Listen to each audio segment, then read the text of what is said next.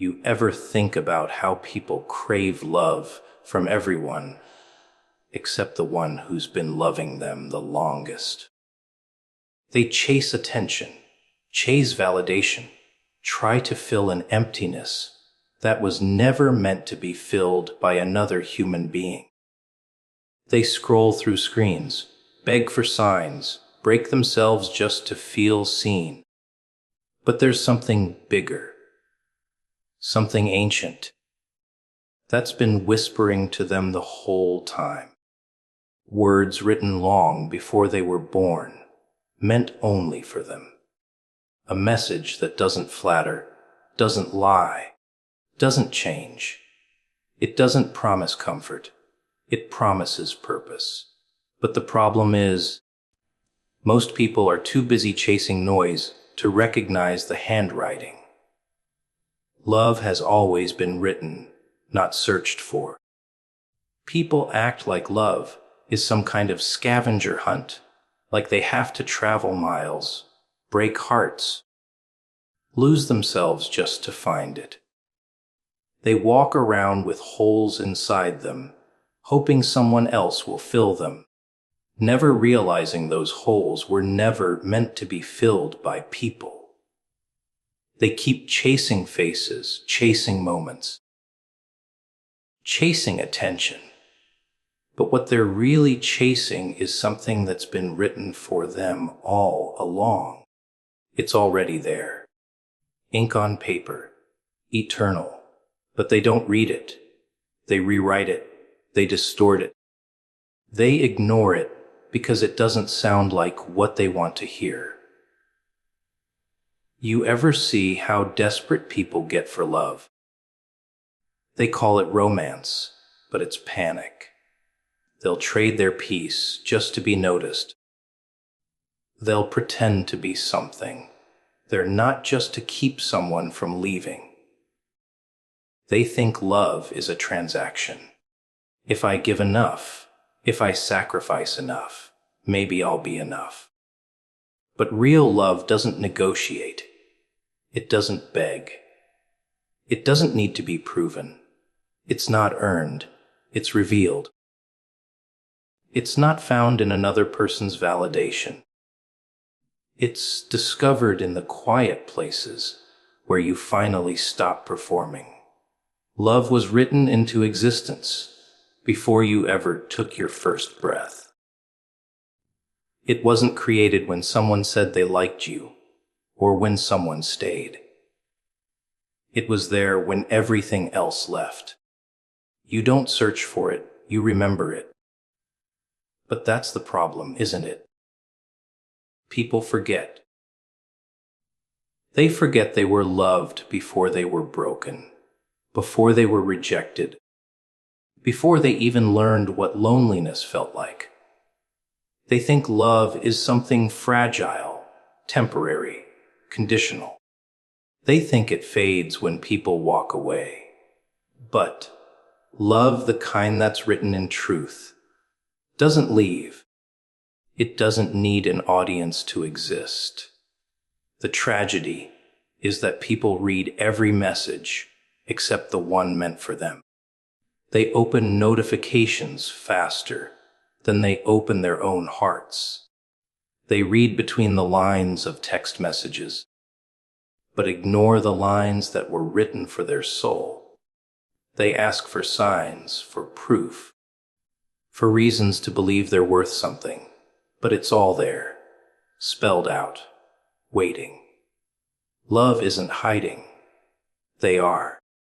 Hiding behind distractions, behind pain, behind noise. Because reading what's already written means facing the uncomfortable truth that they were never unworthy. And that means they've been wasting their time begging for what was already theirs. You ever notice how people run from real love? Because it's heavy. It's honest. It doesn't just tell you you're beautiful. It shows you where you're broken. It doesn't just hold your hand. It makes you face the parts of yourself you've been pretending don't exist. Real love isn't gentle all the time. Sometimes it cuts, it cleans, it rebuilds. But people don't want that. They want love that flatters, not love that transforms. They want to be adored, not awakened. That's why they miss the one message that matters most. It's not always sweet, but it's always true. There's something about written love that never fades. Spoken words disappear, but what's written stays. You can ignore it, tear it up, deny it, but it doesn't vanish. It just waits. Patiently, quietly. Waiting for the moment you finally stop running long enough to look. Because love doesn't chase. It invites. It doesn't force. It calls. And when you finally read it, really read it, something inside you remembers. You remember that you were seen before you were seen, chosen before you achieved, forgiven before you fell. That's the kind of love no person can give, no mistake can ruin, no failure can erase. But people want to be the authors of their own story, so they keep editing, rewriting, trying to improve what was already perfect. They think they can design a better kind of love, one that fits their schedule, their ego, their comfort.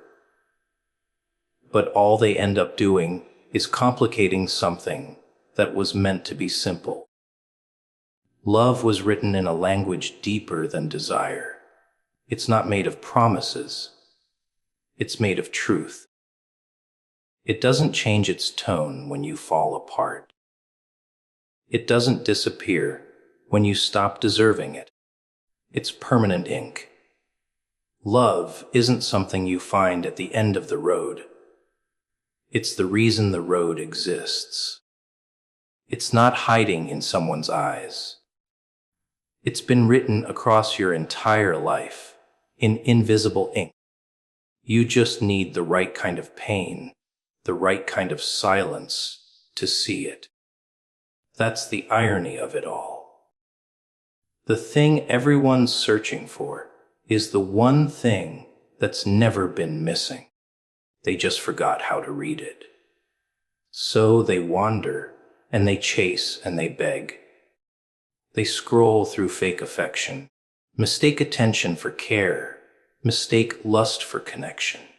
And all the while, the real thing waits, patient, unchanging, not asking for perfection, not demanding performance, just waiting for you to finally realize that the love you've been starving for was never lost, never hidden, never withheld.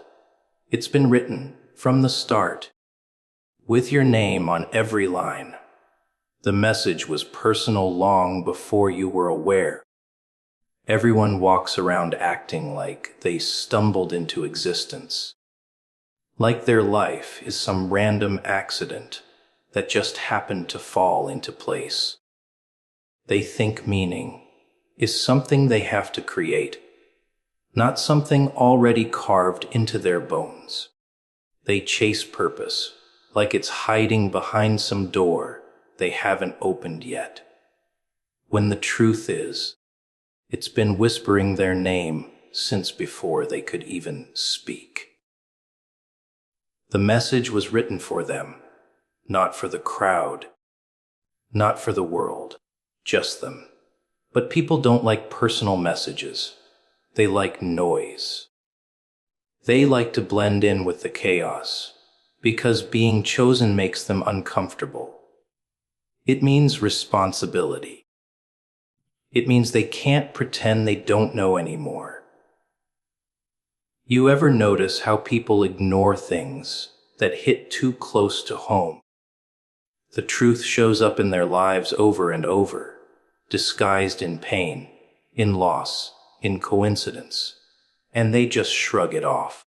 They think life's random. But it's not random, it's precise.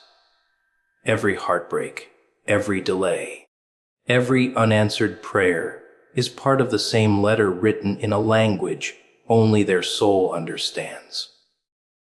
The problem is, they stopped listening. They traded their intuition for logic, their faith for convenience. They only believe what they can see, so they miss what's been meant for them all along. You think it's easy for a message to reach someone who refuses to open it. That's the tragedy. They cry about silence when the message has been delivered 1,000 times. They just don't like the way it sounds. It's not always pretty. It doesn't tell them what they want to hear. It tells them what they need to.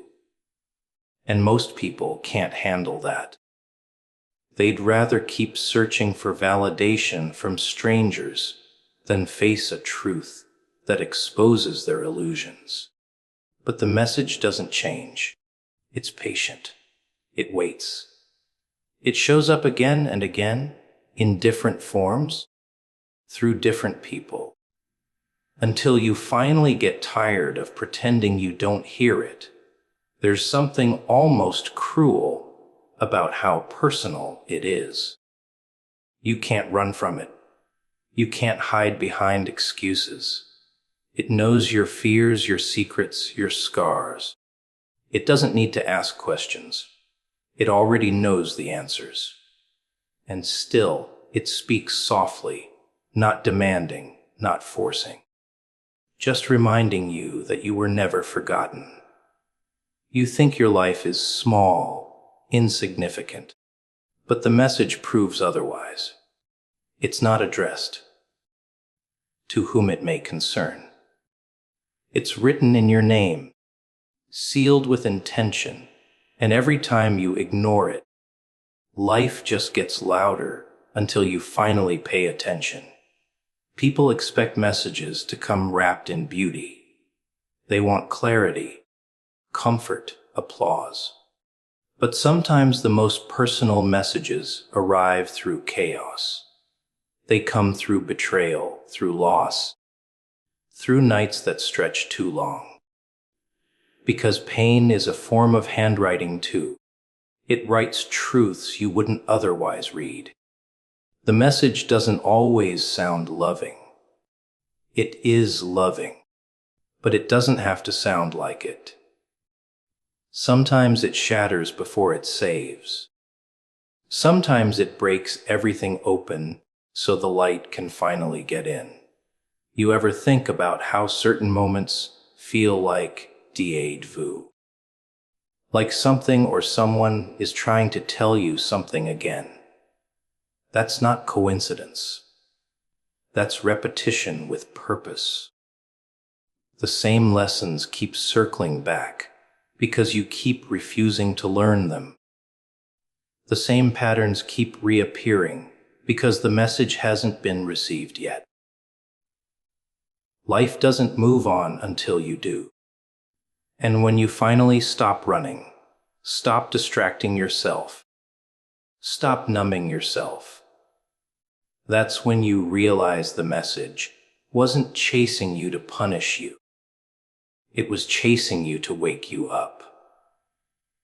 There's a kind of loneliness that comes with realizing the message was always personal.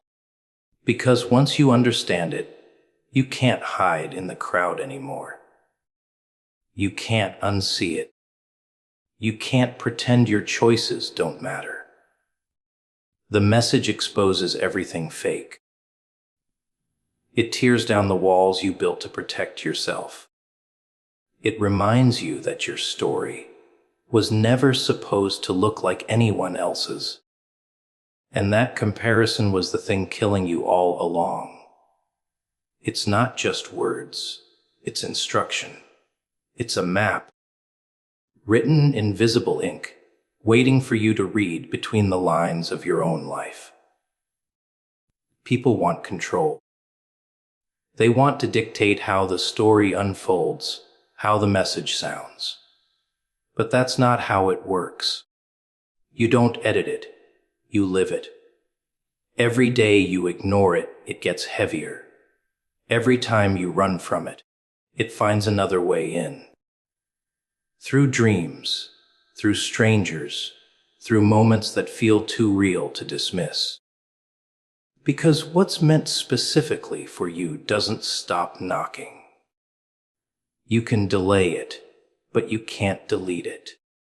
You can ignore it, but it doesn't disappear. It just waits, like a letter collecting dust on a table you walk by every day, pretending it's not yours. There's something terrifying about realizing the message knew you before you knew yourself. That every detail of your life, the good, the bad, the unbearable, was already accounted for. You're not improvising, you're unfolding. And the words were written long before you even existed to read them. That kind of design isn't accidental. It's intimate. It means that even your mistakes aren't random. They're reminders. That even the silence isn't empty. It's echoing something deeper. The message isn't trying to control you. It's trying to call you back to yourself. Most people will go their whole lives pretending they never received it. They'll fill their days with noise, drown their thoughts in distractions, and keep asking for a sign that's been sitting right in front of them all along. But those who finally read it, the ones who open it fully, they don't look at life the same again. Because once you realize the message was always meant for you, you stop begging for proof and start living like you already have it. Real love corrects. It doesn't just comfort. People have this idea that love is supposed to always feel good. Like it's a constant stream of soft words and gentle touches. They think if something makes them uncomfortable, it must not be love. But that's the biggest lie. Real love doesn't let you rot in your comfort zone. It doesn't sit quietly while you destroy yourself. It doesn't nod along to your excuses or let you keep pretending everything's fine when it's not. Real love gets its hands dirty. It shakes you. It confronts you. It calls you out when you're lying to yourself. Because love isn't about making you feel safe. It's about making you become something better. You ever see someone drowning in their own mess, and the people around them just keep saying, "You're doing great. Don't worry." That's not love. That's convenience. Real love doesn't watch you drown. It drags you out of the water, even if you fight it. It hurts sometimes. It humiliates you sometimes. It strips away your pride and your delusions, because love doesn't care about your image. It cares about your soul.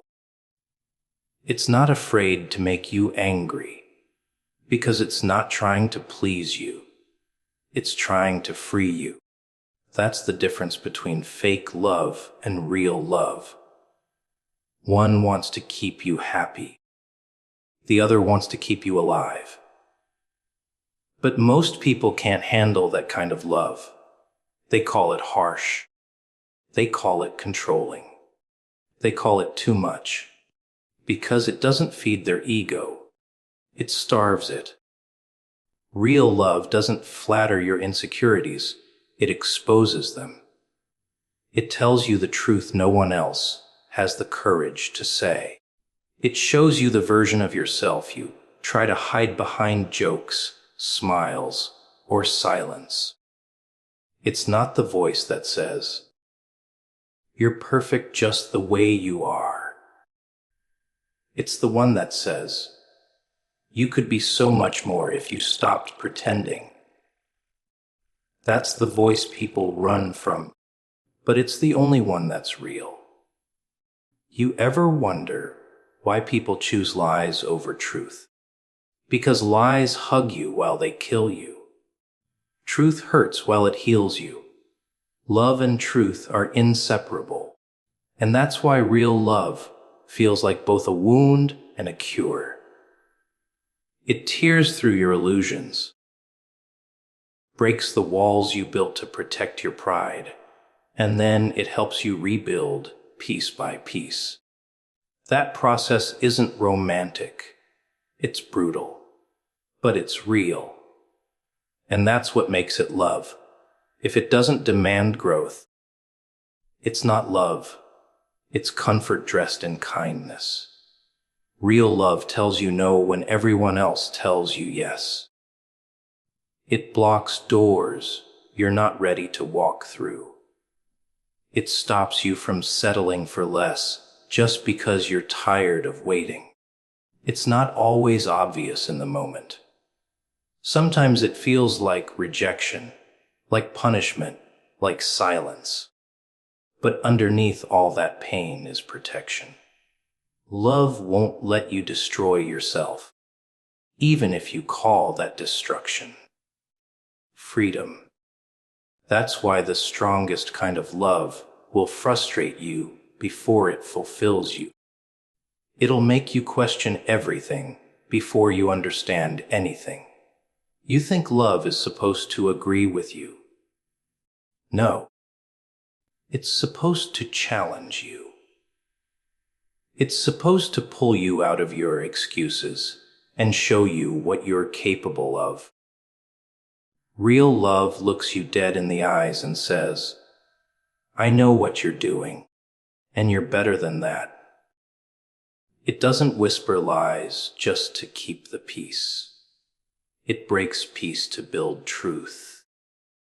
And the people who truly love you, they're not the ones who always make you feel good. They're the ones who tell you what no one else will, even when it costs them your approval. The funny thing is, when love corrects you, it doesn't do it to punish you. It does it to remind you of who you are.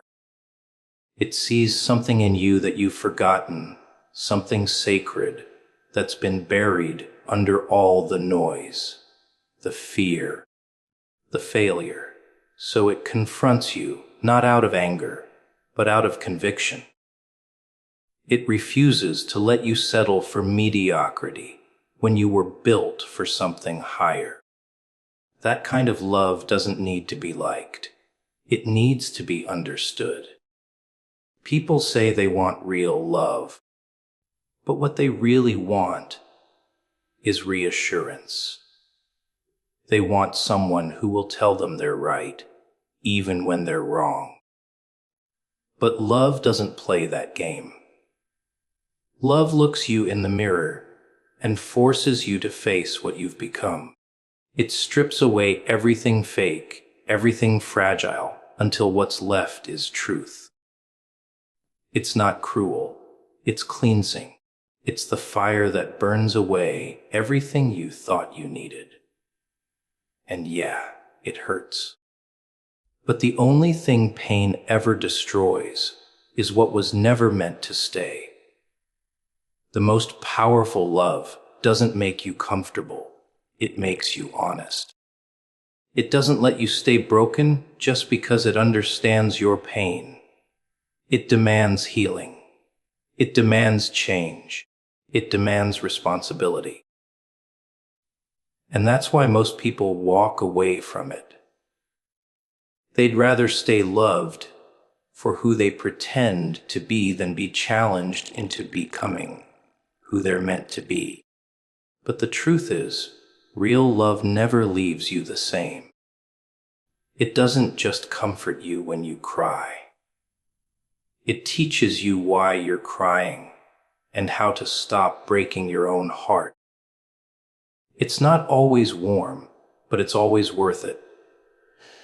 That's the kind of love that doesn't just hold you. It rebuilds you. It sees your cracks and calls them potential. It doesn't avoid your darkness. It steps into it. It doesn't protect your feelings. It protects your future. It's not the love that says, "You're fine the way you are." It's the one that whispers, "You're more than this." And in a world full of people chasing validation, that's the only kind of love that's still pure. Most people miss truth chasing attention. It's the tragedy of this generation, really.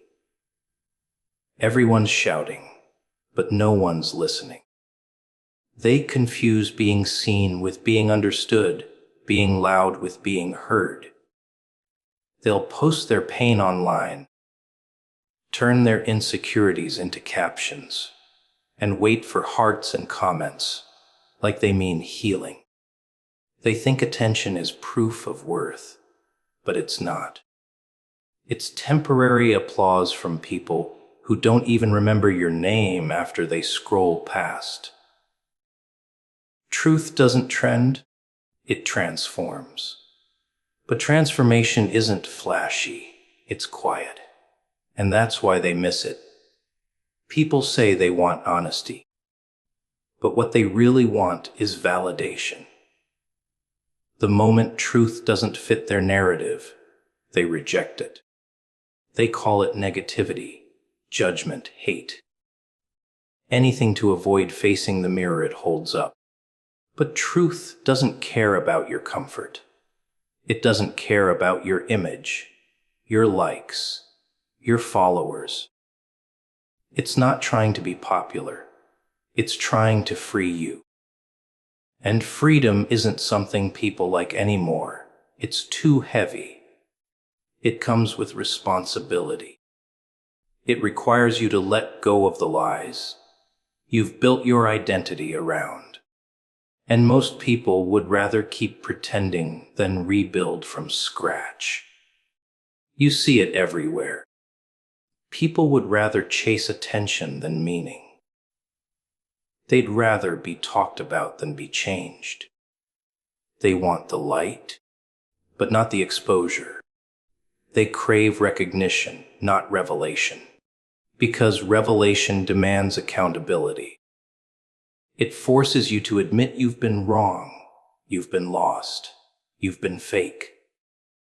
But attention doesn't ask for anything. It just fills the silence long enough for you to forget how empty it is. That's why it's so addictive. Attention is the cheap imitation of purpose. It feels good, but it doesn't last. Truth, though, it lasts forever. It doesn't fade when the crowd leaves. It doesn't need applause to validate itself. It's not fragile like your reputation. It stands tall, even when no one's clapping. But here's the catch. Truth doesn't chase you. It waits, patiently, quietly, watching as you drown in the noise you've created. It's always there, right behind the curtain of chaos, waiting for the moment you finally get tired of pretending. That's when it speaks, not in a shout, in a whisper. And only the ones who've learned to silence the world long enough to listen ever hear it. The sad part is, people call that whisper weakness now. They've replaced depth with performance. They think vulnerability is exposure, not courage. They'll share their lives publicly, but hide their souls privately. It's all a game. How to look real without actually being real. How to speak truth without letting it change you. Everyone wants the illusion of authenticity, but not the pain that comes with it. Because truth hurts. It cuts through your excuses, slices open your illusions, and exposes every lie you've ever told yourself just to feel okay. And people aren't ready for that. They'd rather scroll than heal. But attention, it's a funny thing. It feeds your ego while starving your spirit. The more you chase it, the emptier you become. You start performing instead of living. You start curating your pain instead of confronting it. You start depending on strangers' opinions to remind you who you are. And the moment they stop looking, you crumble. That's the price of attention. It doesn't build you, it uses you. It's never love. It's just curiosity disguised as care. Truth, though, it doesn't need an audience. It doesn't care if you're liked. It just wants you to wake up. It'll ruin your fake peace so you can find real peace. It'll take away what you thought you needed so you can finally see what you've had all along. But people don't like that version of love. They want something softer, something that doesn't challenge their fantasy. They want a God who claps for their chaos instead of cleaning it. They want truth to sound sweet, not sharp. But real truth doesn't whisper pretty words. It burns. When you finally stop chasing attention, you start seeing how loud the lies were. You notice how much time you wasted trying to impress people who were never even looking. You realize how much of yourself you gave away to maintain an image that was never real. And then the silence hits. The silence where you finally meet yourself. The silence where truth starts to speak. And in that silence, there's no audience, no performance, no mask. Just you and what's real. That's the moment most people run. Because attention distracts you from emptiness, but truth forces you to face it. And facing it means letting go of the comfort of pretending. But you can't heal while performing. You can't grow while chasing applause. The world will keep telling you to shine, to stand out, to make noise. But what good is all that if you've lost your voice in the process? Attention is a drug, but truth, it's the detox. It's the withdrawal that hurts before it heals. It strips away everything fake until all that's left is something raw, something honest, something real. And maybe that's why so few people ever find peace. They keep chasing the spotlight, not realizing the truth was never out there in the noise.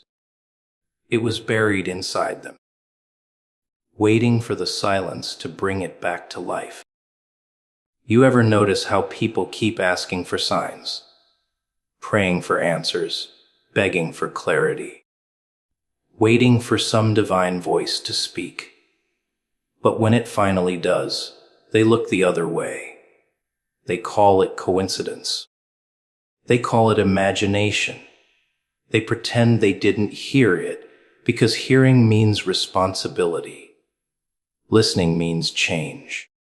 And change. That's terrifying. Everyone says they want truth, but truth isn't gentle. It cuts. It exposes. It demands something from you. So when the message comes, they turn up the noise, drown it out with distractions, and convince themselves they're fine. But deep down, they know that voice wasn't random. It was meant for them. People ignore the answers they ask for. It's almost funny, isn't it? They cry, they beg, they plead for guidance, for a sign, for something, anything, to tell them what to do. But the moment that answer shows up, the moment the truth finally speaks, they freeze. They pretend they didn't hear it. They act like it wasn't clear enough. Because it's not really answers they're after. It's validation. They don't want the truth. They want to be told that what they're already doing is right. They want comfort, not correction. And the truth rarely comforts. It rattles. It shakes everything they built on lies. It's strange how people spend years asking for meaning, for purpose, for a way out of the darkness. And when light finally touches them, they shield their eyes. They say it's too bright, too sudden, too hard. They don't realize that the same light they prayed for can blind them if they're not ready to see. They want clarity, but not accountability. They want the universe to whisper what they already believe, not what they need to hear. Because real answers don't come wrapped in softness. They come wrapped in pain.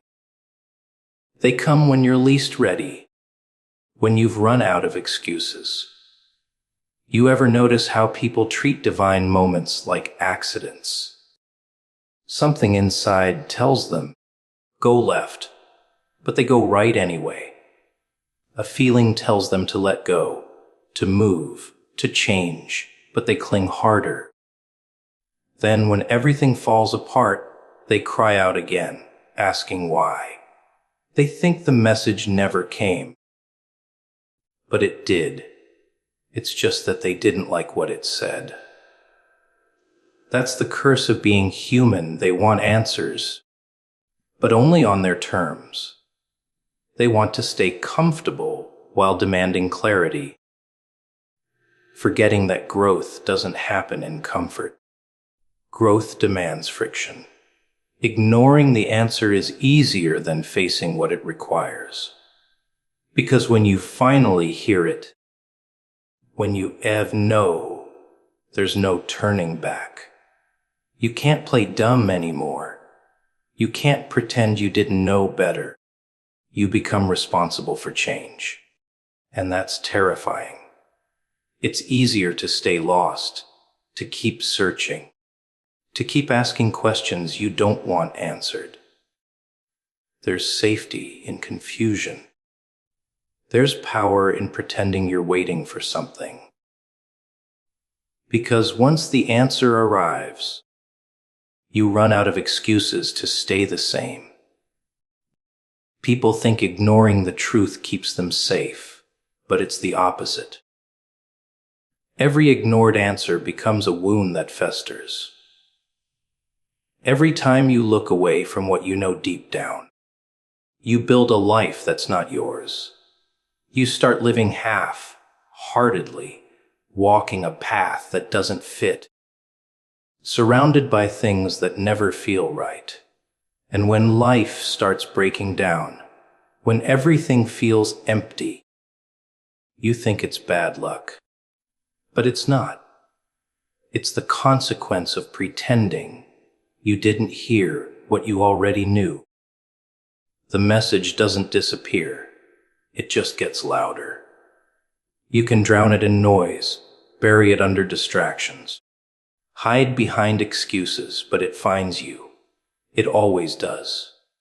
In the quiet moments, when no one's watching, when you're alone with your thoughts, that's when it whispers again.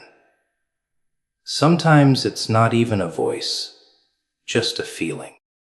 That heaviness in your chest, that restlessness that won't go away, that sense that something's off, even when everything looks fine. That's the answer you've been avoiding, tapping at your door, waiting to be let in. But people don't like that kind of truth. It's not glamorous. It's not easy. It demands too much. It's easier to believe the lie that you're still waiting, to keep asking for signs while ignoring the ones already flashing in front of you. You see, people think divine answers come as thunder and lightning, big, dramatic, impossible to miss.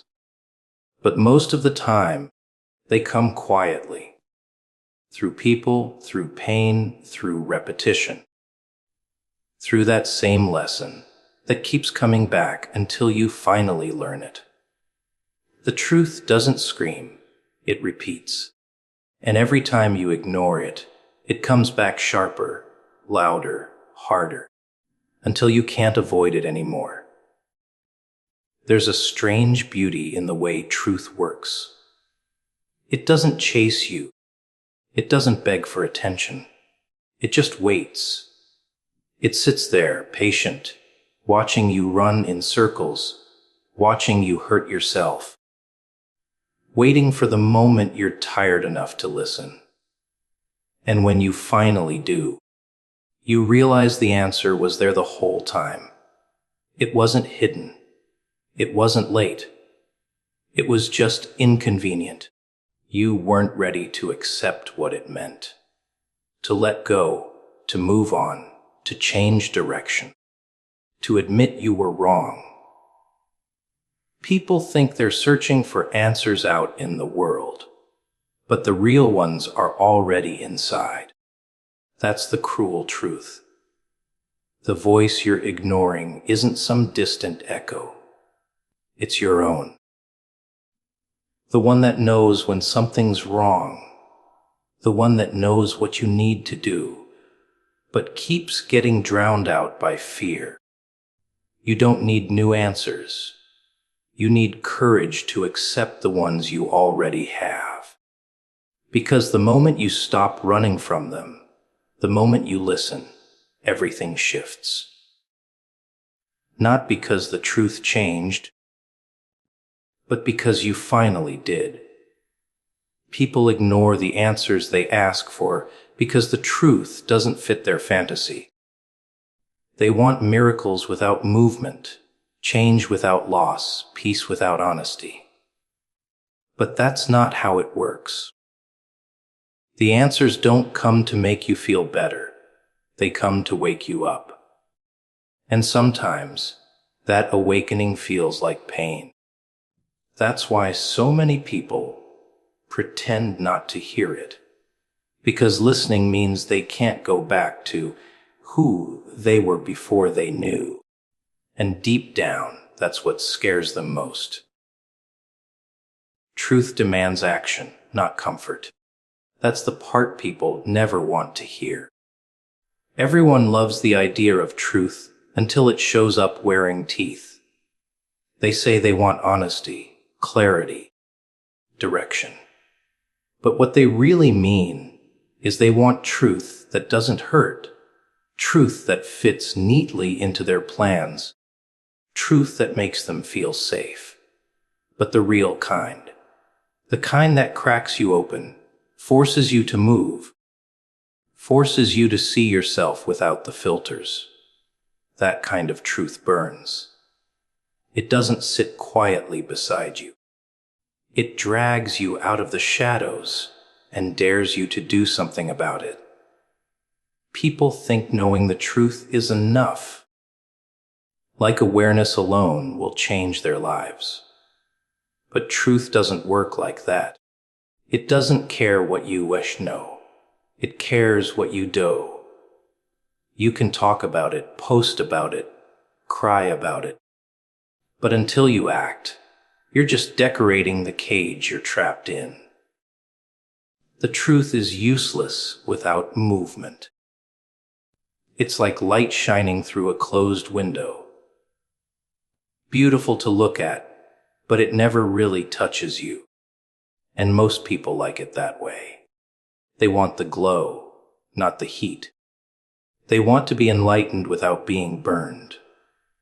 You ever notice how people love to say, "I just want the truth." But the moment it shows up, they flinch. They change the subject. They make excuses. They call it harsh. That's because truth doesn't flatter you. It exposes you. It doesn't care about your feelings or your comfort zone. It cuts through the noise and forces you to face what you've been avoiding. And when it does, you have two choices: act or pretend you didn't hear it. Most people choose the second. They build their lives around ignoring what they already know, and then wonder why they're miserable. Comfort is a slow poison. It keeps people from ever changing. They cling to it like it's safety, but really, it's paralysis. Truth tries to shake them awake, but they hold tighter to their routines, their habits, their lies. They convince themselves that someday they'll change, someday they'll listen. But someday never comes, because truth doesn't wait. It keeps knocking, louder each time, until it breaks the door down. By then, it's not an opportunity anymore. It's a lesson. A hard one. People forget that truth isn't soft. It doesn't show up to soothe you. It shows up to challenge you, to strip away everything false so you can finally see what's real. It doesn't whisper, "Stay where you are." It says, "Move." It says, "Do something." And that's why it scares people so much. Because once you know the truth, you can't unknow it. You can't go back to ignorance. You can't pretend you didn't see what's wrong. You either face it, or you lie to yourself every day until that lie becomes your entire life. The truth doesn't make people free. Action does. That's the part they always skip. They think truth will fix them automatically. That realization equals transformation. But truth doesn't save you. It challenges you to save yourself. It's the first spark, not the fire. The fire only comes when you move, when you decide that staying the same costs more than changing ever could. But that's too heavy for most people. They'd rather keep thinking about what they should do than actually do it. Thinking feels safe, acting feels dangerous, and truth always demands danger. You can't hold on to both truth and comfort. One has to die for the other to live. The moment you decide to live honestly, you lose the illusion of safety. You stop fitting into other people's expectations. You stop pretending everything's fine. You stop lying to yourself. And that's when life gets real, when truth stops being an idea and becomes a weapon you carry. It cuts away what's fake, but it also cuts deep. It hurts to grow. It hurts to admit you were wrong. It hurts to let go of what kept you small. But that pain, that's the cost of freedom. People love comfort because it gives them permission to stay stuck. They tell themselves, "I'll act when I'm ready." But truth doesn't care if you're ready. It shows up anyway. It confronts you in the middle of your excuses, in the quiet moments when you think you've escaped it. It's in that uneasy feeling in your chest, that voice that says, "This isn't right." You can silence it with distractions, with fake smiles, with noise, but it doesn't go away. Truth waits. It watches.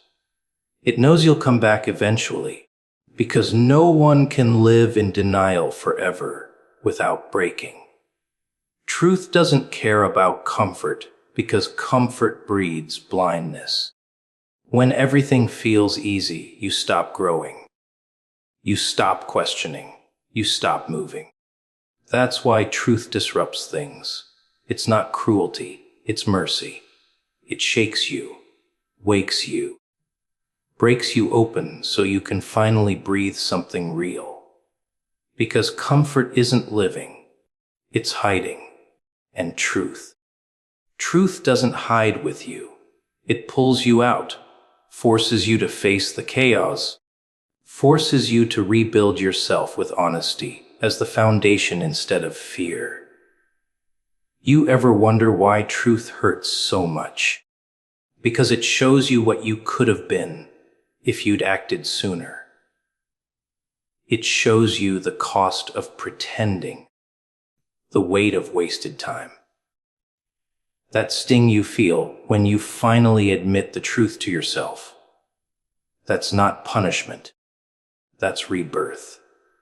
That's your soul remembering what it feels like to stop lying. And once that happens, you can't go back to pretending. The pain becomes the push. The push becomes the movement. And the movement becomes the proof that truth was never the enemy. Comfort was. Control is an illusion against destiny. That's what people never want to admit. They spend their whole lives trying to manage every detail, every outcome, like they're the ones pulling the strings. They plan their future. They calculate their moves. They build their routines as if fate cares about their little schedules. But deep down, they know there's something bigger moving the pieces. Something that doesn't ask, doesn't explain, doesn't wait. People call it luck, timing, coincidence. They use words to make sense of it, to make themselves feel like they still have power. But control, that's just a story we tell ourselves to sleep better at night. You ever see someone lose everything they thought they had under control? It's funny how quickly people fall apart when the plan collapses. One bad moment, one unexpected twist, and suddenly all their confidence disappears. They start blaming the world, the system, the people around them, as if chaos is unfair. But chaos isn't unfair, it's honest. It shows you how fragile your grip really was. One tiny shift, and the whole illusion shatters. That's the truth no one wants to face. You were never really in control. You were just comfortable enough to forget how unpredictable everything actually is. People build cages out of control. They think if they can control their environment, their emotions, their relationships, they'll finally feel safe. But what they really build is fear, fear of losing that control. They start clinging to it so tightly that it becomes their identity. And when something threatens it, they panic. They lash out. They break down. Because without control, they don't know who they are. They never learn to flow with uncertainty, to trust the chaos, to move with it instead of fighting it. So when destiny steps in, they crumble, not because life's cruel, but because they never learned how to let go. You can see it everywhere. People trying to control their image, their reputation, how others see them. They spend so much time pretending to be in control that they forget how to actually live. They wear masks, play roles, and call it strength. But control built on fear isn't strength. It's a slow death. You keep tightening the grip until there's nothing left to hold. You chase stability so desperately that you miss the moments where life was actually trying to move you somewhere better. Destiny isn't something to manage. It's something to recognize when it shows up. But people miss it because they're too busy steering a wheel that isn't even connected. There's this cruel joke life loves to play. You finally think you've figured it out, that you've got the map, the plan, the purpose.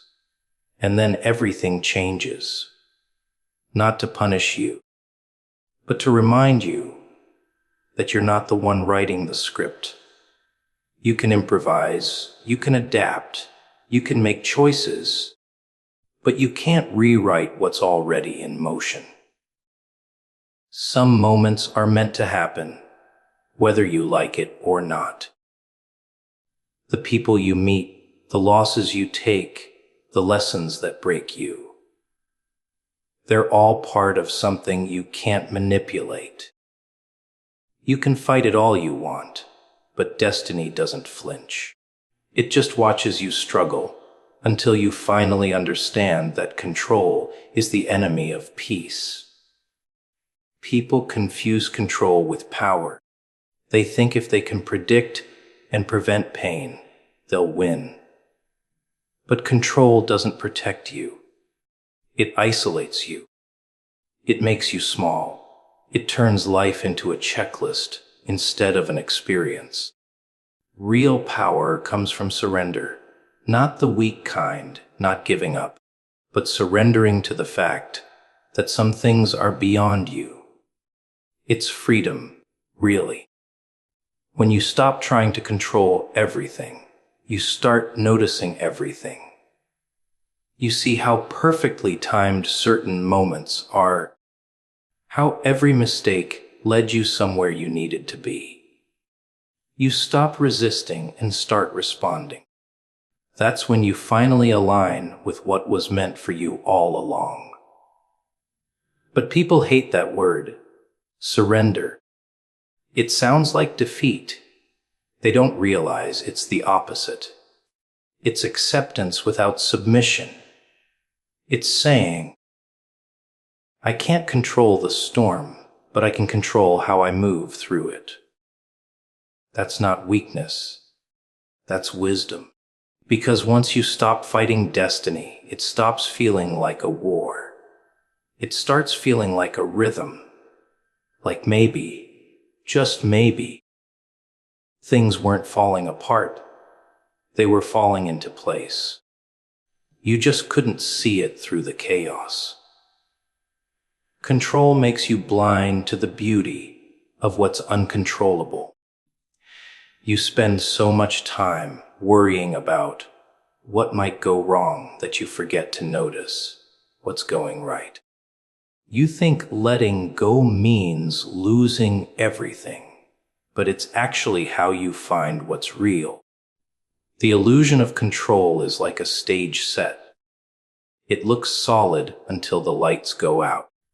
Then you realize it was all cardboard and paint.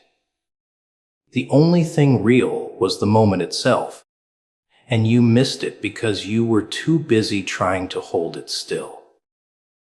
The truth is, life was never supposed to be controlled. It was meant to be lived, felt, experienced.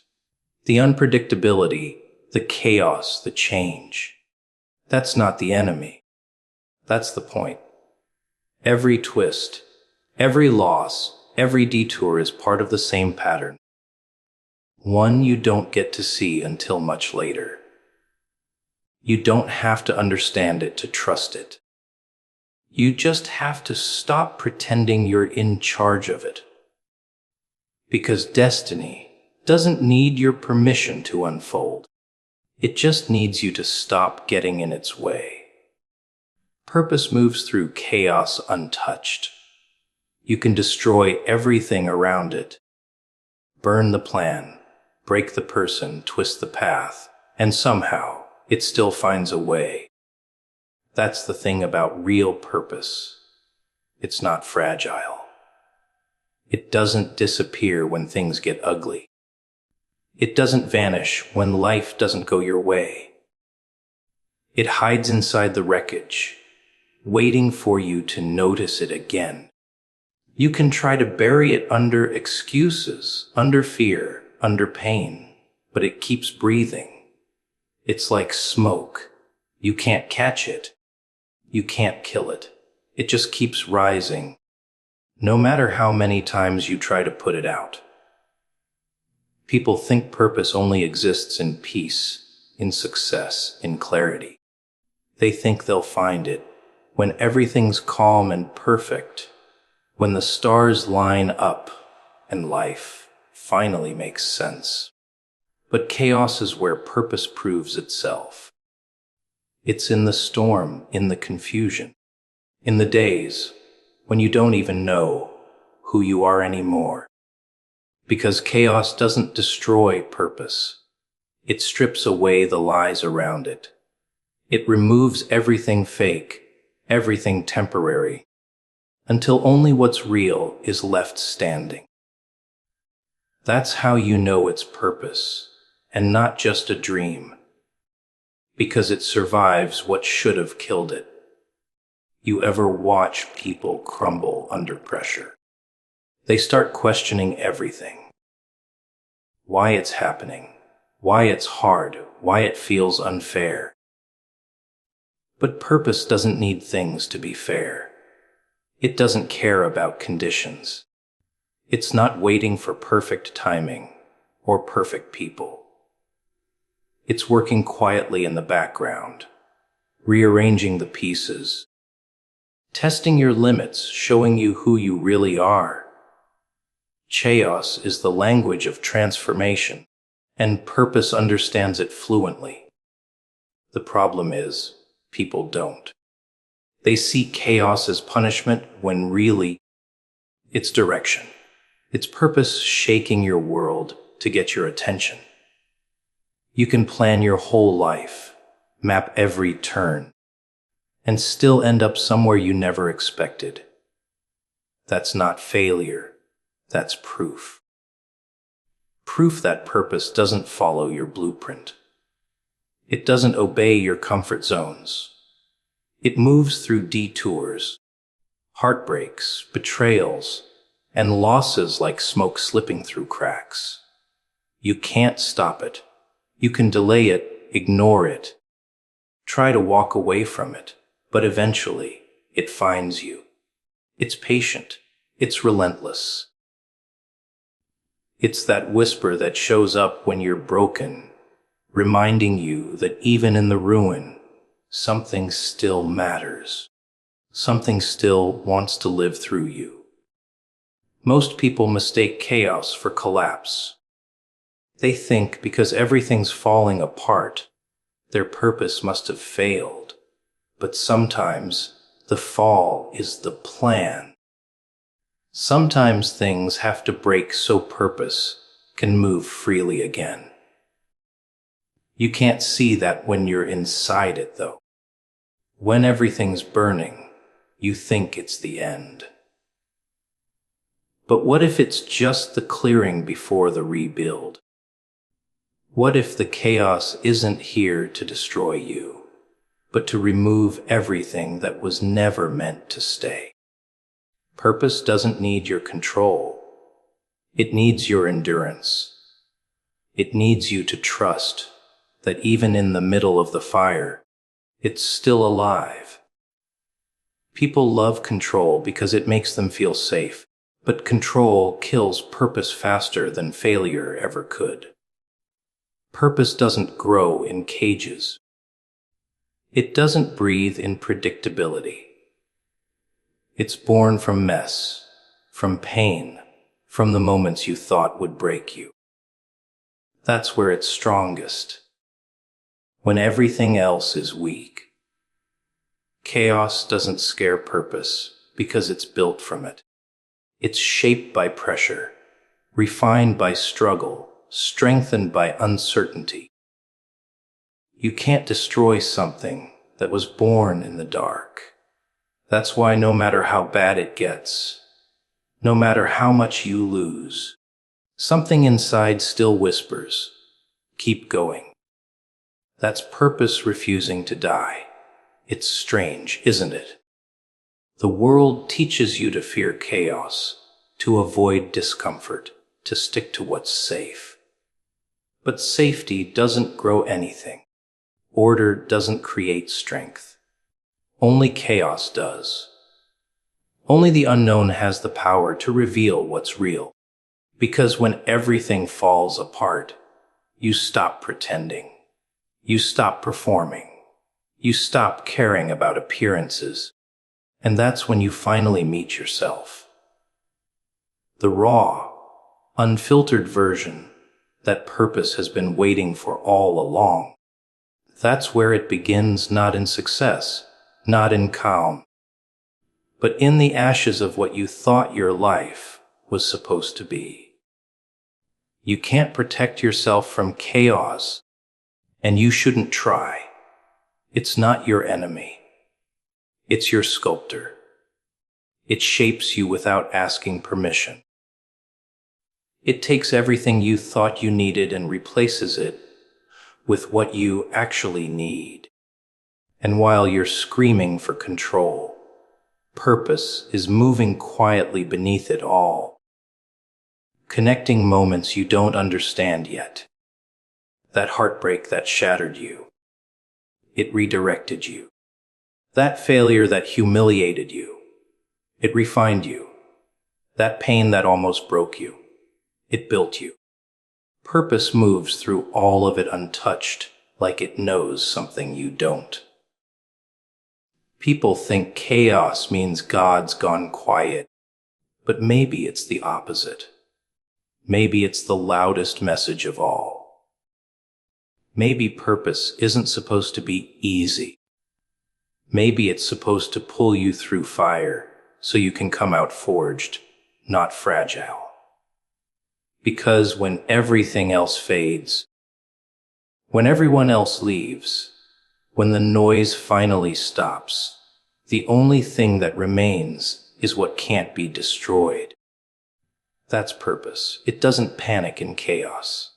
It doesn't hide.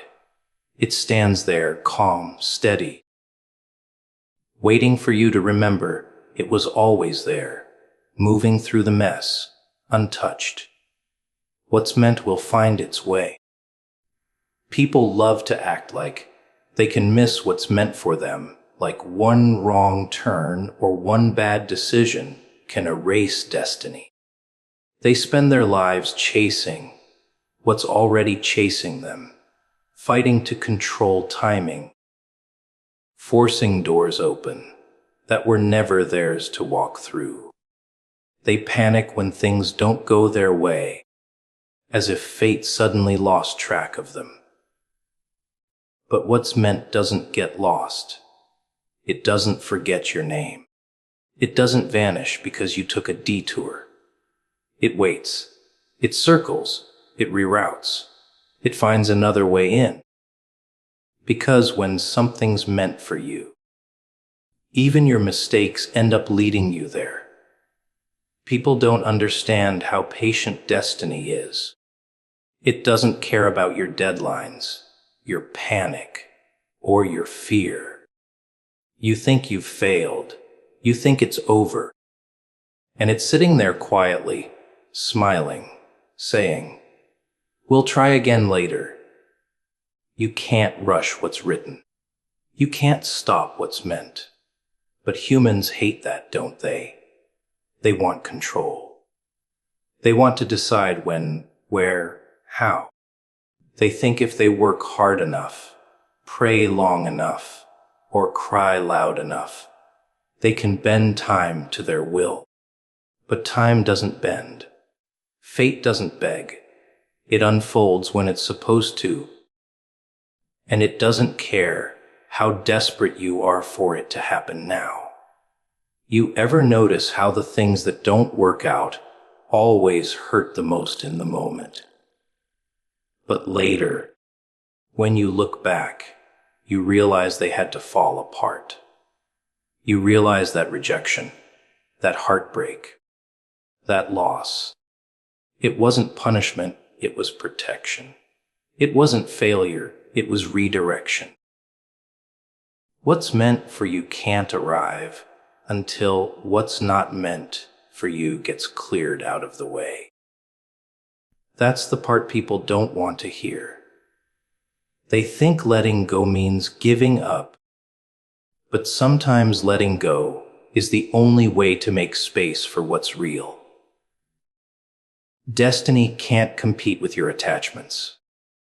It waits for you to unclench your grip to stop forcing things that were never yours. When you're fighting to hold onto something, pay attention. You shouldn't have to fight that hard to keep what's meant for you. What's meant flows. It may challenge you. It may test you, but it doesn't drain you. It doesn't make you beg. It doesn't require you to lose yourself. But people love to chase what hurts them because they confuse struggle with passion. They think the more painful it is, the more real it must be. No. What's meant doesn't destroy you. It strengthens you. It brings chaos, sure, but it's the kind of chaos that grows you, not the kind that breaks you. Destiny has a strange way of working. It'll use detours to teach you discipline. It'll use heartbreak to teach you patience. It'll use loneliness to show you your own strength. Everything you think is ruining your life might actually be reshaping it. You might think you're lost, but maybe you're just being redirected. Because what's meant doesn't come easy. It comes when you've become the kind of person who can handle it. People think fate is about waiting, but it's not. It's about becoming. You can't receive what's meant for your future while still living like your past. So life gives you chaos as training. It breaks the parts of you that would have wasted what's meant. And it's funny. People pray for purpose, then curse the pain that delivers it. They want growth without discomfort, clarity without confusion. But that's not how it works. The universe hides what's meant for you behind work, behind heartbreak, behind moments that make no sense at all. Because only in those moments do you learn what actually matters. Only then do you realize what was never meant to stay. You don't find destiny by chasing it. You collide with it when you're too tired to pretend anymore. When you've stopped forcing things, when you finally say, I'll let it come when it comes. That's when it shows up. Quiet, certain, undeniable. There's a rhythm to all of this. A pattern that only makes sense after the storm passes. Every missed chance, every broken connection, every delay. It's part of the choreography. You can't see it now because you're inside it. But one day you'll look back and laugh at how you thought you were lost. You were never lost. You were being led. Step by step, mistake by mistake, heartbreak by heartbreak. The path wasn't broken. It was just unconventional. Because what's meant for you doesn't travel in straight lines. It zigzags, it pauses, it doubles back. But it always arrives. You can't block what's meant for you. You can delay it, sure. You can resist it, ignore it, try to replace it. But it'll find another door. That's the part that haunts you later. When it comes back around, when you realize it never really left. You could have taken 1,000 different roads, and it still would have met you there. Because purpose doesn't need perfect timing. It creates its own timing. It doesn't care how long it takes. Only that it gets to you when you're ready. So people can run, they can hide. They can convince themselves that fate forgot them. But fate doesn't forget. It's patient, it's precise, it's unshakable. It knows where to find you, even in the dark, even when you've given up, even when you think it's too late. Because what's meant doesn't give up just because you did. It waits in the shadows, watching you grow, waiting for the moment when you're strong enough to see it for what it really is. And when that moment finally comes, it doesn't knock. It walks right in, like it never left, like it always belonged there.